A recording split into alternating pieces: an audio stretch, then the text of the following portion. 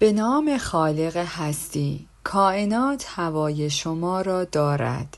فصل اول، بخش 2.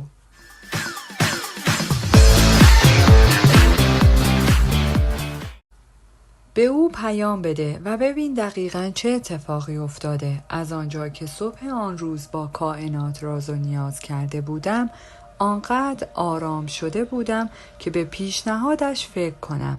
ناخواسته از دهنم پرید باشه، به او پیام میدم. من تلفنم را برداشتم و به او پیام دادم. سلام، چطوری؟ پیام دعوتت را هنوز دریافت نکردم. امیدوارم همه چیز بین ما خوب باشه. در عرض چند ثانیه پاسخ داد چی؟ معلومه که دعوت هستی. پیام دعوت را با حساب کاربری جدیدم ارسال کردم. لطفاً پوشه هرزنامه هایت را بررسی کن. پوشه هرزنامه ها را بررسی کردم و بله، دعوتنامه همانجا بود. این داستان به روشنی نشان می دهد که چگونه ذهنیت‌های ما ادراک و باورهایمان را می سازند. من آنقدر درگیر مسئله دعوت نشدن و غریبه بودن شده بودم که ذهنم به کلی بسته شده بود و نتوانست احتمال قرار گرفتن ایمیل در صندوق هرزنامه ها را در نظر بگیرد. از آنجا که آن روزها هم ایمیل من فیلتر شده بود، این احتمال می توانست منطقی ترین احتمال ممکن برای دریافت نکردن پیام دعوت او باشد، چون که خودم را درگیر داستان و تصویر ذهنی خودم کرده بودم. ارتباطم را با احتمالات مثبت به کلی از دست داده بودم و خودم را به دست ترس سپرده بودم. انرژی به همان سمتی جریان می‌یابد که توجه ما به آن جلب شده است. تمرکز و توجه من به قدری منفی شده بود که من جایی برای احتمالات مثبت نگذاشته بودم.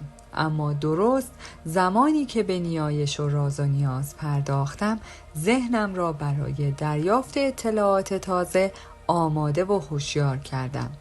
بدین ترتیب از شر آن تصویر ذهنی ترسناکی که برای خودم ساخته بودم خلاص شدم. خبر خوب این است که راه رهایی از این ذهنیت‌ها و احساسات ترسناک بسیار ساده است. گری، همان معلمی که تمثیلی زیبا برایمان ارائه داده بود، میگوید چه می شود اگر ما حین رسیدن به آن صحنه ترسناک فیلم وارد اتاق آپارات شده و حلقه فیلم را عوض کنیم؟ اگر ما هم حلقه ذهنیت خود را عوض کنیم، در آن صورت چه اتفاقی می افتد؟ چه چیزی خواهیم دید؟ درسی از کائنات. وقتی اراده خود را تسلیم اراده کائنات کنیم، معجزات زیادی رخ می دهد. راه دیگری که برای تسلیم شدن در برابر کائنات وجود دارد این است که بفهمیم داستانها و باورهای ما چگونه سرنوشت و تجربه های شخصی ما را رقم میزنند. کتاب دوره‌ای در معجزات به ما یاد می‌دهد که ذهنیت ما ناشی از آن چیزی است که درک می‌کنیم، به این معنی که هر تصویری در ذهن خود بسازیم، آن تصویر ذهنی را در زندگی خود مجدداً مشاهده و درک می‌کنیم. من در رابطه با این مفهوم تمثیل زیبایی از یک مربی فوق‌العاده به نام گری رنالد به یاد دارم. تصور کنید در حال تماشای فیلمی ترسناک در سینما هستید و درست در همان لحظه قرار است حادثه بدی اتفاق بیفتد. شما به خوبی می‌دانید که اگر نقش اول فیلم از خیابان عبور کند، وارد موقعیت خطرناکی می‌شود. پس به محض اینکه او بخواهد از خیابان عبور کند، شما ظرف ذرت خودتان را در هوا رها کرده و فریاد می‌زنید نه، این کار رو نکن، از خیابان رد نشو. گری معتقد است ما همین رفتار را در زندگی خودمان هم تکرار می‌کنیم. در واقع ما نیز در حال تماشای فیلم زندگی خودمان هستیم و در موقعیت‌های مشابه ما نیز به یک بار فریاد می‌زنیم نه، این کار رو نکن. دوباره به آن رابطه بر نگرد. دوباره سر آن کار مزخرف نرو. دوباره آن نوشیدنی را نخور. اما با این وجود بارها و بارها حین تماشای این صحنه ترسناک خشکمان می‌زند و کاری نمی‌کنیم. ذهنیت ما همان درک ما از اطراف است. اجازه دهید ماجرای دیگری را تعریف کنم. ماجرایی که نشان می‌دهد چگونه یک ترس قدیمی که گمان می‌کردم از شرش خلاص شده‌ام بار دیگر در وجودم پدیدار شد. در دوران دبیرستان هیچگاه عضو گروه یا دار و دسته خاصی نبودم. دوستان خوشمشرب زیادی داشتم که یا در بندهای زیرزمینی گیتار می‌زدند یا در زیرزمین‌های خانه‌هایشان علف دود می‌کردند. اما من برخلاف علاقه‌ای که به دوستانم داشتم در کنارشان احساس غریبگی می‌کردم، چرا که هیچگاه در هیچ اکیپ دخترانه‌ای حضور نداشتم. این احساس غریبگی باعث شد تا ذهنیتی در من شکل بگیرد که بعدها هم زندگیم را تحت تاثیر قرار دهد. این خود من بودم که نمیخواستم در هیچ اکیپ دخترانه‌ای باشم. خود من بودم که خودم را یک فرد غریبه نشان میدادم. این ذهنیت سالها در وجودم باقی ماند تا اینکه اواسط دهه دوم زندگیم شروع به برگزاری کارگاه‌ها و سخنرانی‌های زیادی برای زنان کردم. در طول آن زمان زنان زیادی برای گفتگو با من به آنجا می آمدند. آن ذهنیتی که قبلاً وجود داشت به کلی از بین رفته بود و من نیز پذیرفته بودم که جزئی از گروه زنان همفکر خودم هستم و آنان هم درست مثل من شیفته معنویت و رشد معنوی‌اند. درست زمانی که گمان می کردم ترس‌های قدیمی خود را از بین برده‌ام، دریافتم که اینطور نیست و آن ذهنیتی که قبلا در من وجود داشت همچنان نیز وجود دارد. در حقیقت ذهنیت‌های ما بسیار زیرکانه عمل می‌کنند. آنها در روح، روان و تک تک سلول‌های بدن ما نفوذ کرده و در ضمیر ناخودآگاه ما باقی می‌مانند. درست هنگامی که گمان می‌کنیم از شر باورهای غلط خود رها شده ایم. بوم! یک اتفاق کوچک ماشه را فشار داده و ترس را به سوی ما شلیک می‌کند. این گونه ترس‌های پیشین ما احیا می‌شوند. در آن بره از زندگی من دوستان مؤنث بسیاری داشتم و در رابطه‌ام با آنها احساس امنیت می‌کردم. با وجود این در میان آنها کسی بود که هیچگاه نتوانستم به خوبی با او ارتباط برقرار کنم. او همواره مهربان بود اما هیچگاه آنطور که باید گرم و صمیمی و قابل اعتماد به نظر نمی رسید. چیزی در شخصیت او بود که مرا به یاد آن ترس قدیمیم می انداخت و دوباره آن ترس را برایم زنده می کرد. درسی از کائنات، دنیایی که ساخته اید را می بینید، اما چرا خودتان که سازنده اصلی آن هستید را نمی بینید؟ با برداشتن گام‌های زیر می توانید قدرت درونی خود را به خودتان یادآوری کنید. گام اول، فیلم ترسناکی که شما روی پرده نمایش زندگیتان به نمایش گذاشته اید کدام است؟ با در نظر گرفتن تمثیل گری لحظه ای را تصور کنید که کارگردان فیلم زندگی خودتان هستید. درباره فیلمی که می ساختید فکر کنید و موارد زیر را بررسی کنید. کدام یک از ترس‌های گذشته شما یا ذهنیت‌های ترسناکتان از آینده در حال پخش روی پرده درونتان است. این ذهنیت ها چگونه احساس حمایت و شادی را از شما سلب می کند؟ گام دوم، فیلم مثبتی که به نمایش گذاشته اید کدام است؟ به همان اندازه که ذهنیت‌های منفی شما را از همسو شدن با جریان کائنات باز می‌دارد، ذهنیت‌های مثبت هم موجب قدرتمند شدن زندگی شما می‌شوند. بیایید نگاهی دقیق تر به ذهنیت‌های قدرتمندی که روی نمایشگر وجودتان پخش می‌کنید بیندازیم. توجه، شاید شما در حال حاضر گرفتار ترس‌های زیادی باشید. به همین دلیل برای یافتن ذهنیتی اثر بخش با مشکل مواجه شوید. سخت نگیرید. ذهنیت اثر بخش و قدرتمند می تواند آن حس خوبی باشد که هین آشپزی به شما دست می دهد و یا ارتباطی باشد که هین دویدن با کائنات برقرار می کنید.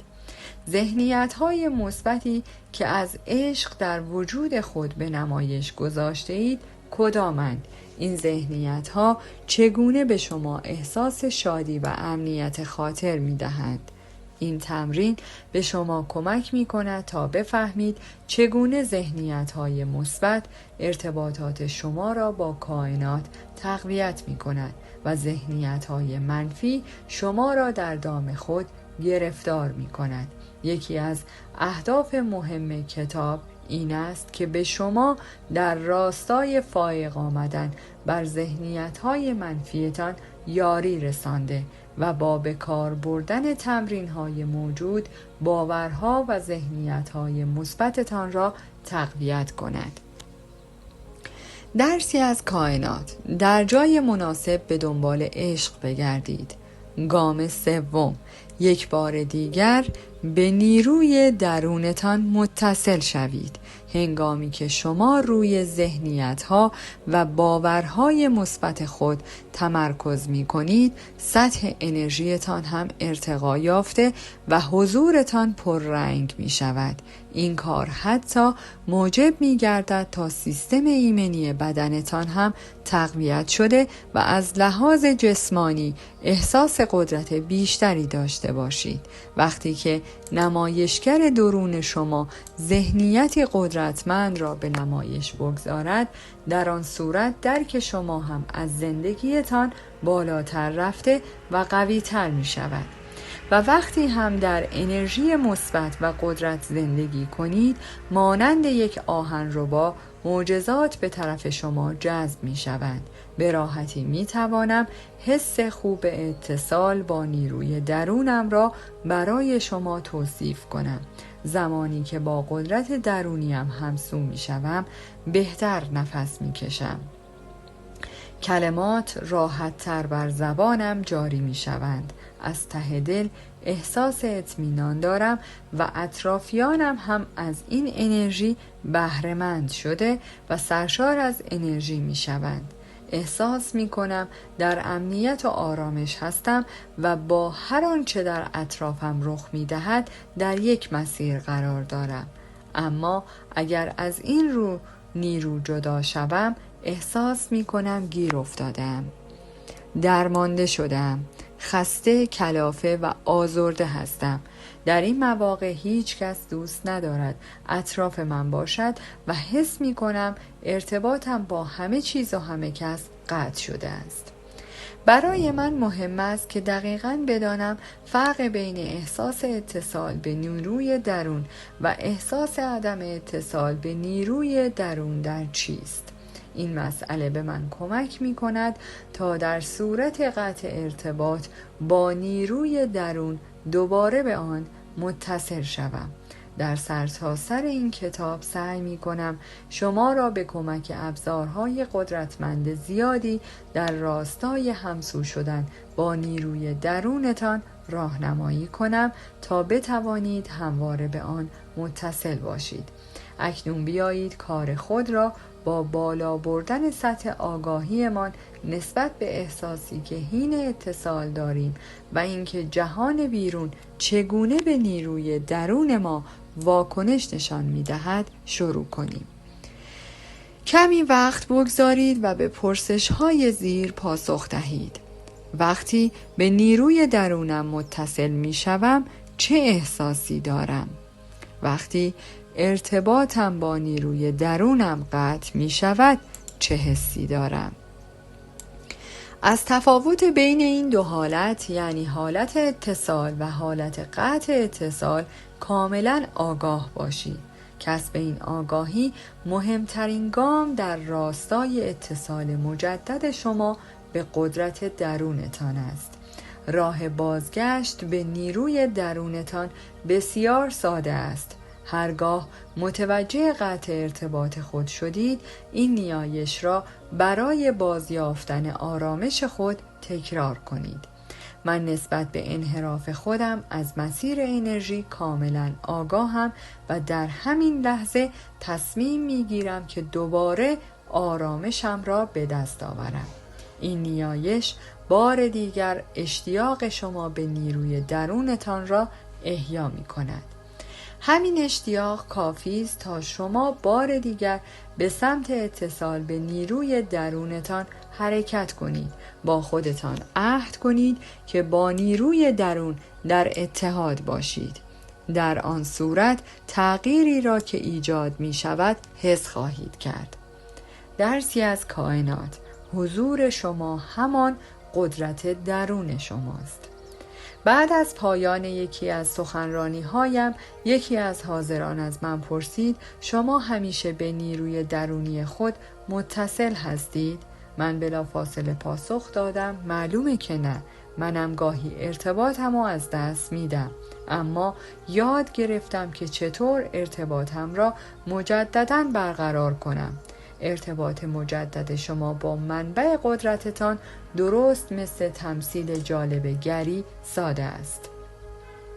لحظه ای که حس می کنید ارتباطتان قطع شده، حلقه فیلم را عوض کنید. به کمک نیروی اهدافتان می توانید انرژی از دست رفته خود را در یک چشم به هم زدن احیا کنید.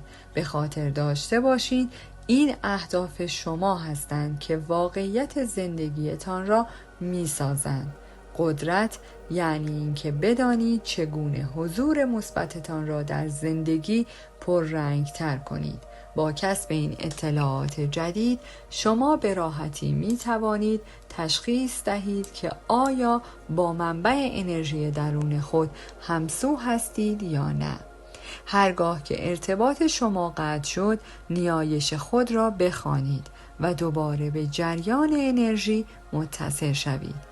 من نسبت به انحراف خودم از مسیر انرژی کاملا آگاهم و در همان لحظه تصمیم میگیرم که دوباره آرامشم را به دست آورم.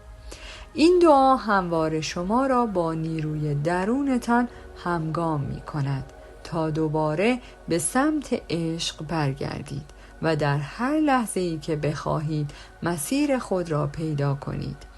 تمرین بازیابی مسیر به شما در اتصال مجدد به کائنات کمک خواهد کرد. این هدف ساده شما در بازیابی مجدد مسیرتان به سمت منبع انرژی قدرت پنهان شما را مجدداً بروز داده و حضورتان را پررنگ تر می کند. ساده ترین تغییرات می تواند ارتباط شما را در چشم به هم زدنی احیا کند.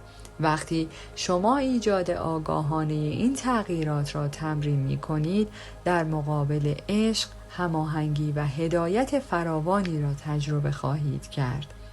درس‌های کائنات را با دقت و جدیت فرا بگیرید تا نیروی پرقدرت درونتان راه شما برای خلق یک زندگی رویایی همراه کند. با مدیتیشن و راز و نیاز پذیرای قدرت کائنات می شوید.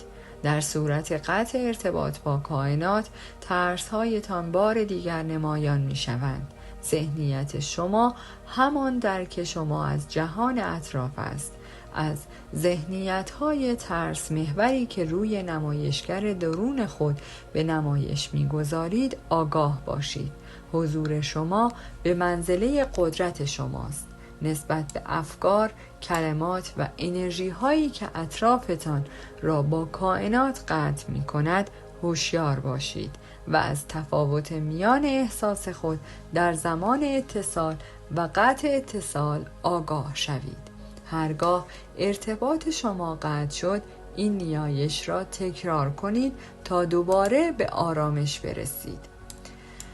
من نسبت به انحراف خودم از مسیر انرژی کاملا آگاهم و در همین لحظه تصمیم میگیرم که دوباره آرامشم را به دست آورم.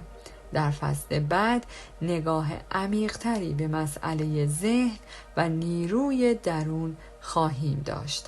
من به شما در درک این مسئله که اهداف شما زندگیتان را می‌سازد کمک خواهم کرد. این کار ممکن است در ابتدا کمی دشوار باشد.